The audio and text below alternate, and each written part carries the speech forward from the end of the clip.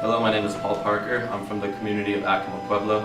I'm in the Advanced Range Management class here at SIPI, and the field method I'm going to be presenting is frequency, density, and pace. Hi, today I'm going to be describing the field method of frequency, density, and pace. Traditional field methods for monitoring rangeland such as frequency and density are rooted in concepts of Clementian succession.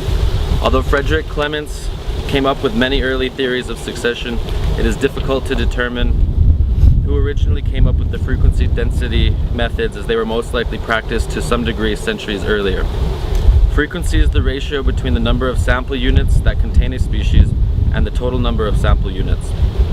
Frequency is easier to monitor than density because with frequency, one only notes whether or not the target species is present in the quadrant. Frequency methods are used for a large number of vegetation types. It is most suitable for grasses, shrubs, and forbs. Density refers to the number of individuals or stems per unit area.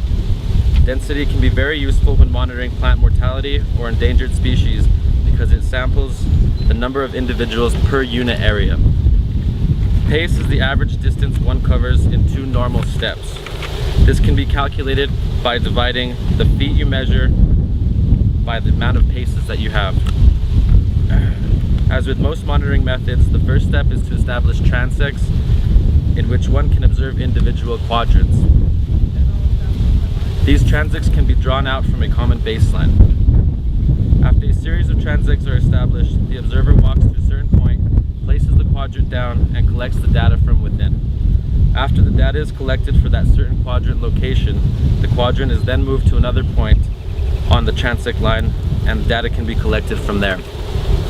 This process is done repeatedly while the observer uses their pace as means of spatial distribution rather than an exact measurement. Repeatability is a major advantage when using this method. It is also important to note that each quadrant and transect be located in representative areas of the specific species intended to be analyzed. This means that the study sites should be generally within the same ecosystem and located within the same key areas. With frequency methods, many different attributes of vegetation are monitored, such as basal area or reproduction of target species. Pace frequency is effective in gathering information of specific species spatial patterns. Lastly, this method is relatively easy to perform. There are very few decisions the observer must make. The amount of error should be little to none. The less decisions that need to be made, the more accurate the study can be. The observer must be able to identify plant species on a given site and determine if they are rooted in the quadrant or not. This method can be done especially rapid if the target species is easily identifiable.